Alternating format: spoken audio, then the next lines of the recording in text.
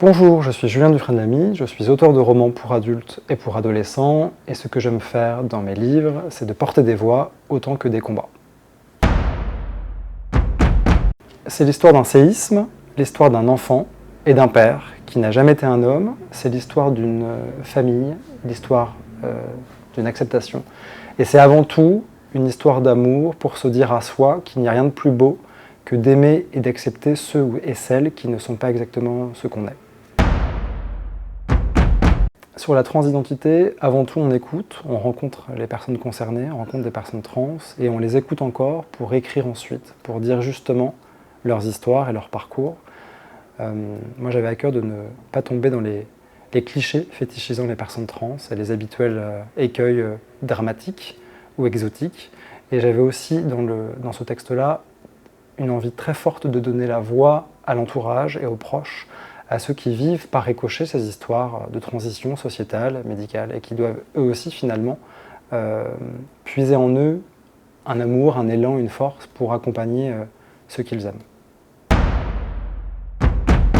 Alors Charlie, il est mon personnage en quête de sens. Il est celui qui cherche à comprendre, qui cherche à accepter son père, cette femme qui a toujours été une femme.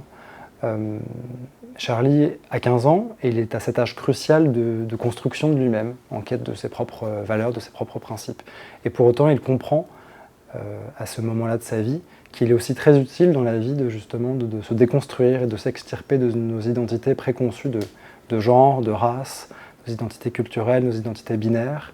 Grâce à Alice, son père, Charlie comprend qu'on est tous avec des masques depuis la naissance et que finalement, avec un peu d'amour, avec un peu d'enthousiasme et avec beaucoup de liberté, il est possible de poser ces masques sur la table et finalement d'être sa propre individualité et son propre corps.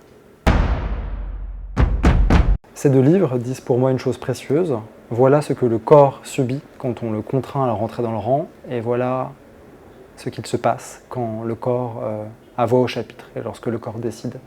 Il était important pour moi, pour ce thème si vaste, de venir finalement l'aborder à travers plusieurs fictions, plusieurs histoires. Et depuis le début, je pense à une trilogie et maintenant il me reste à écrire peut-être l'an prochain le troisième texte sur le genre. Un mot pour décrire le roman, je dirais visible.